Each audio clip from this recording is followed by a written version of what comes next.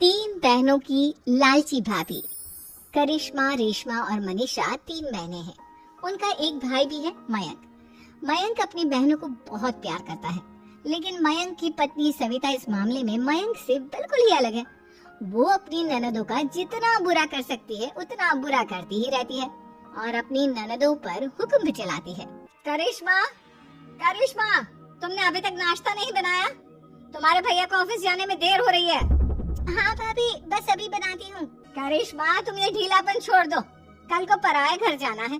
वहाँ अगर तुम इस तरह से काम करोगी तो लोग क्या कहेंगे कि माँ ने और भाभी ने कुछ सिखाया नहीं। और तुम्हारी दोनों बहनें कहाँ हैं?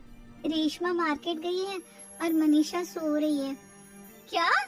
सुबह के 8 बज रहे हैं और ये महारानी अभी भी सो रही है?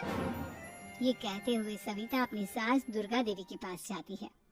माँ जी, देख रही हो अपनी बेटियों के तौर तरीके? क्या हुआ बहू, सुबह सुबह क्या कर दिया मेरी बेटियों ने? अरे एक तो अभी अभी उठकर किचन में गई है, दूसरी सुबह सुबह बाहर चली गई और तीसरी अभी तक सो रही है। क्या करूं मैं इन तीनों का?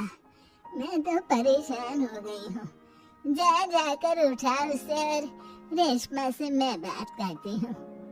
सविता सीधा मनीषा के कमरे में जाती है और उससे कहती है, महारानी जल्दी उठो, सूरज सर पर आ गया है। भाभी थोड़ी देर और सोने दो ना, मैं रात को लेट सोई थी। वो क्या ना, यूनिट टेस्ट चल रहा है। शराफत से उठती है या नहीं, या फिर पानी की भरी बाल्टी डालूं तेरे ऊपर? नहीं भाभी, मुझे बिस्तर में नहीं लाना, उठती हूँ मैं। मनीषा जल्दी से उठकर बाथरूम में चली जाती है। सभी आराम से बैठकर नाश्ता कर रहे होते कि तभी रेशमा बाजार से हाथ में सामान लिए आ जाती है। रेशमा को देखते ही सविता उस पर